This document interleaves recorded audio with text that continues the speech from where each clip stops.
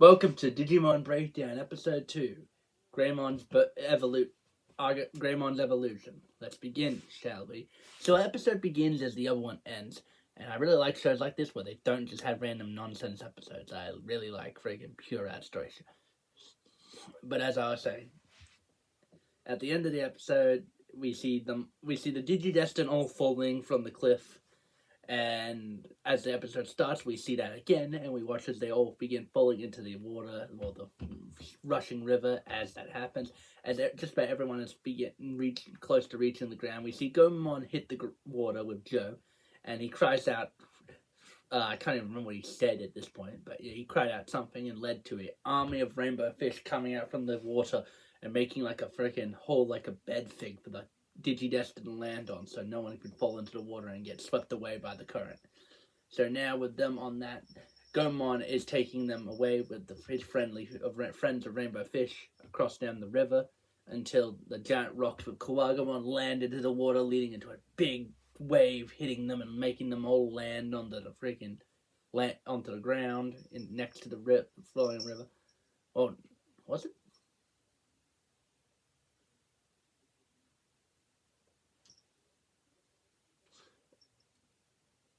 Yeah, no.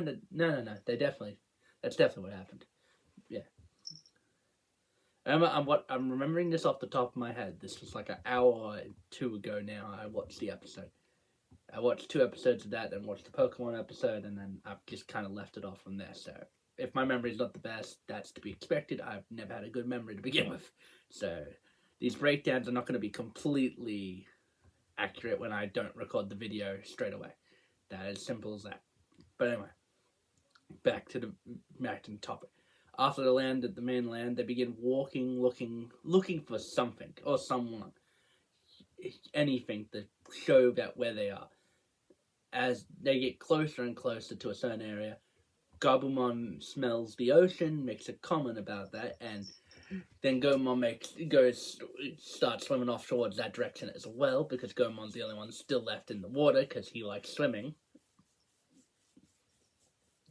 Itchy leg. There we go.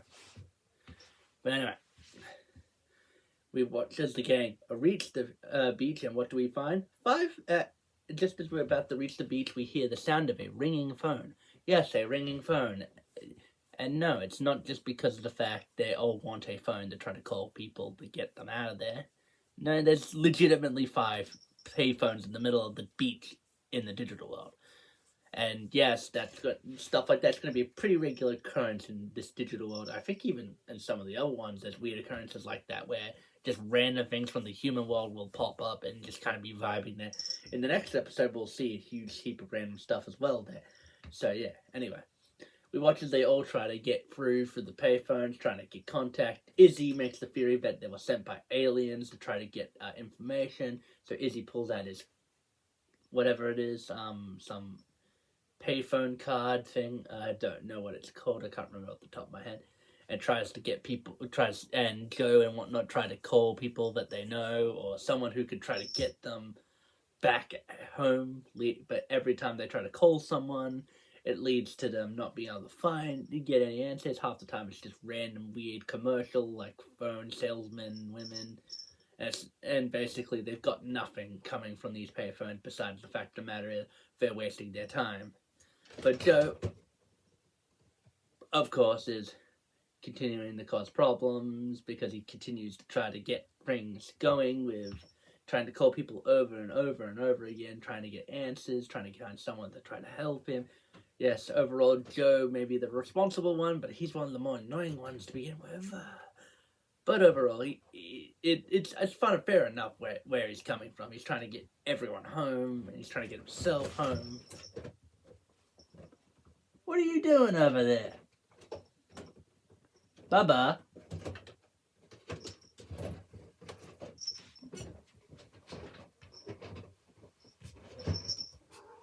Oh, there you are. Oh, sorry about that. Cat went into the box corner and caused chaos, so that happened. Hello! But anyway, we watch as Joe continues to try to call people, and we watch as everyone else is at the other side of the beach, just trying to figure out what to do when they're looking into rations and them being hungry. Everyone pulls out what they have in their bag. Not many things have come out of it. We got some food from some of them. Mimi had a lot of weirdly useful survival kits. She had a gas. She had like a gas thing to start a fire. She had like a compass to be able to determine where they're going. And a few other knickknacks here and there that would probably be really handy in a place like in a situation like this if they weren't stuck in the bloody digital world. The gas burner is one of the few things I do think was a really good thing to have on them, even in the case of if they weren't in the digital world. But that was also kind of funny how Mimi, the most frivolous and most ridiculous, and the most what's the right term for it? Frivolous? Not frivolous. Not high maintenance. The least likely one to go properly camping. Yeah, we'll just go with that. That's the best way. Least likely one to go properly camping, and yet she's the one with all this really good survival kit. But I can also see that maybe I can also see that it's probably just her parents being overprotective overall, leading into her having all this equipment overall. But anyway, After that, we see them trying to figure out how much rations they have left until they realize Joe had a big bag on him, and Joe mentions how this was the bag the camp had ready, and basically he was the one carrying it for the day, but Mimi was also meant to be carrying it the next day.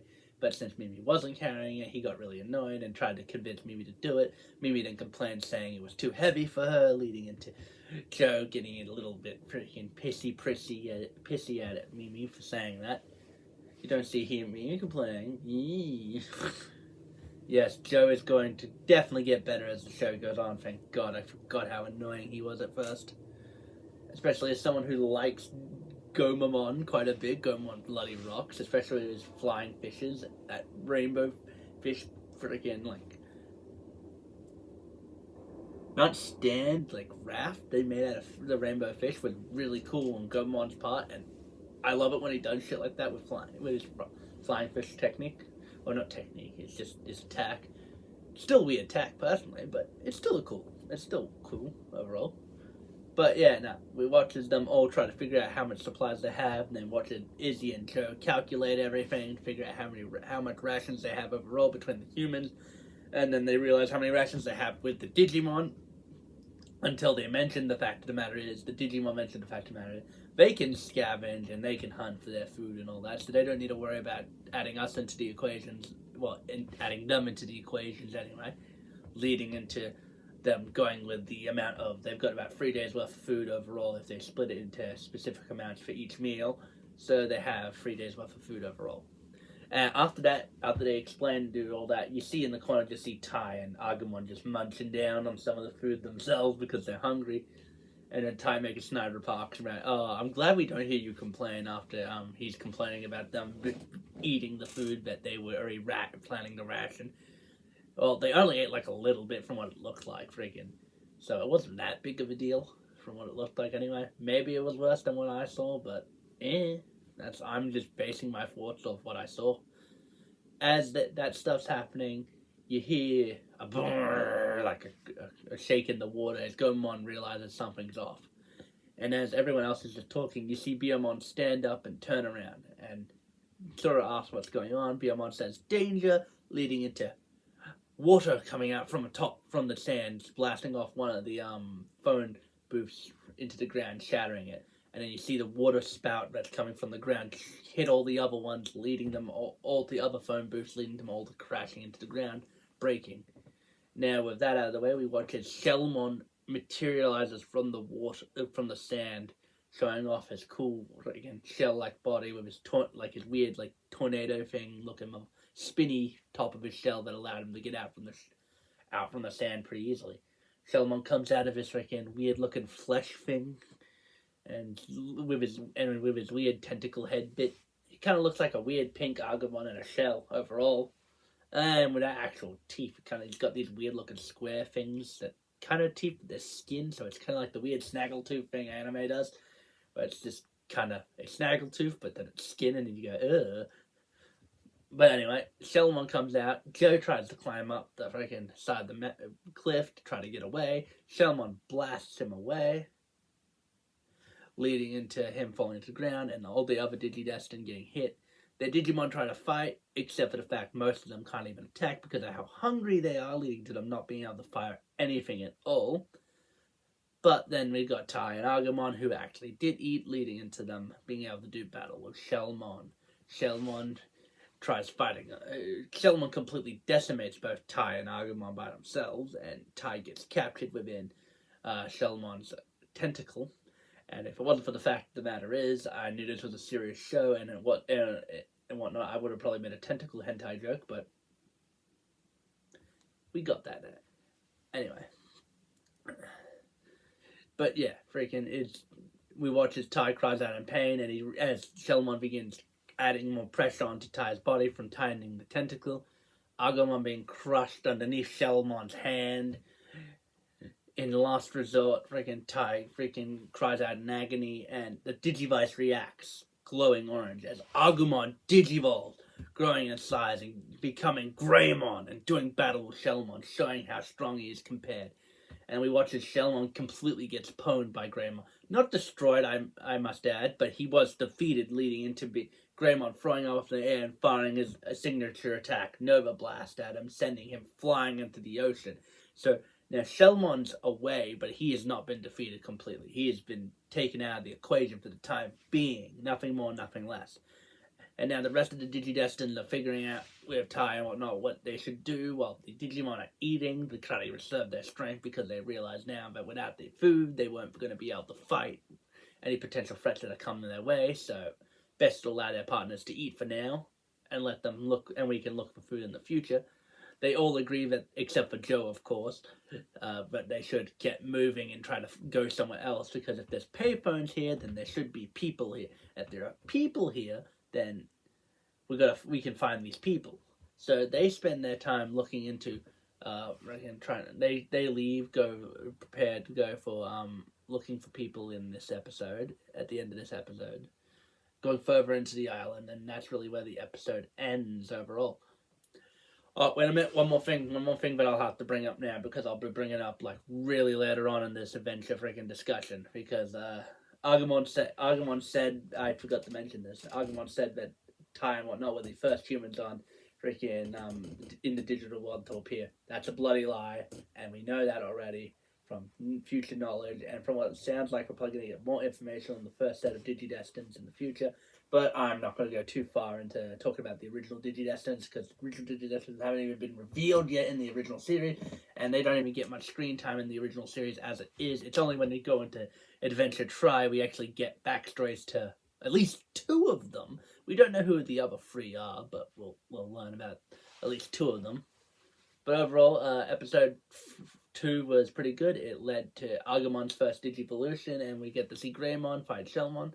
It was fun watching the characters interact, and we get to see more of their who they are as people, leading into, and who the Digimon are as partners to the human companion, and to see how things will change as the story goes on.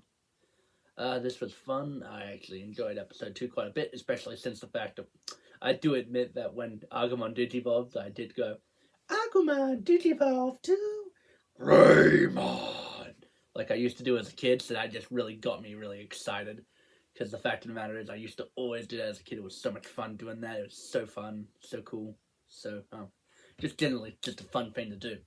But yeah, great episode. Good way to show off that Digimon can digivolve and revert back to their base state, and then without even having to explain it. And then next episode we'll get a bit more of an explanation about Digivolution and whatnot, with Digivices, with Izzy talking about it. So overall, we'll talk about that in episode 3, and that will be coming out tomorrow. I've already watched episode 3, so after this video, I will do a breakdown of that, and then schedule that for tomorrow at a specific time. And then I'll probably do episode 4 of the Pokemon anime as well tomorrow. I may even watch that tonight as well and record that tonight. I may preemptively record a few more videos tonight, after I try to do the Daryl Dixon one anyway. But yeah, I'll catch you all next video. See you later.